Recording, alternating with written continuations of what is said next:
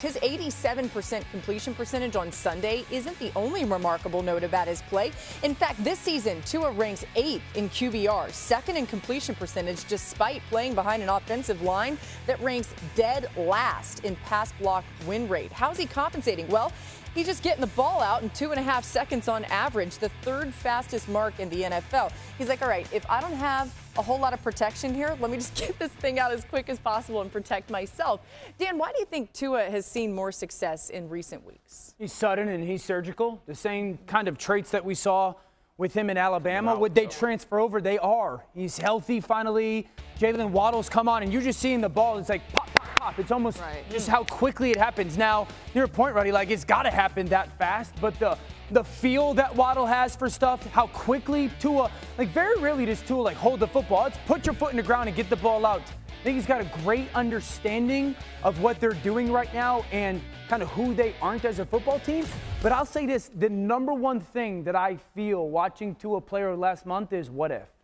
Like, what if you get that kid with an offensive line? What if you get him like another receiver or two? Because I firmly believe this. If that happens, if they do the right thing and protect him, then he becomes a Drew Brees type of player. I truly believe that. Yeah, and that's the concern, right? Which is, okay, well, he's developed here with this offensive line, and he has made the improvement that you described. 62 out of 77 last year. Well, last year, I mean, when he played, at times you saw some hesitation, some hitching. Yeah. That's gone. Yes. He is decisive. That ball is coming out quick. Yes. And what you saw in particular in this last game is, Jalen Waddle, who, you know, when they drafted him, you were thinking deep threat. He's going to be a yards after the catch guy because he's got that kind of speed, which is wonderful.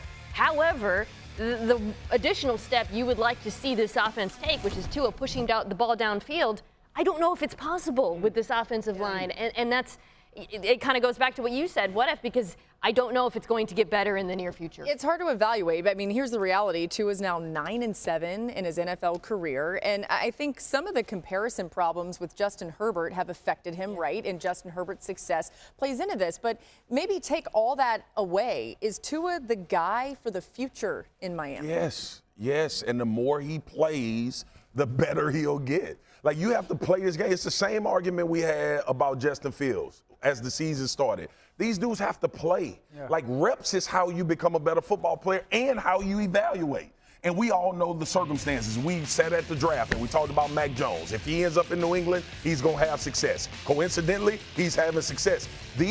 Look, when Tua came out of college, all right, it was one of the prettiest balls I had seen of any college football player. He put the ball where it needed to be. I think a lot of people forgot. Tua stood at Alabama and went toe-to-toe with Joe Burrow in the game. Like, this kid is a really good quarterback. And he's been dealt a bad situation in Miami.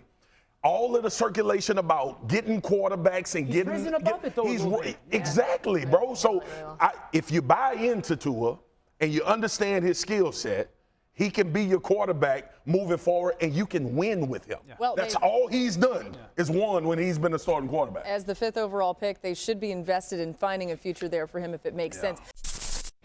Thanks for watching ESPN on YouTube. For live streaming sports and premium content, subscribe to ESPN+.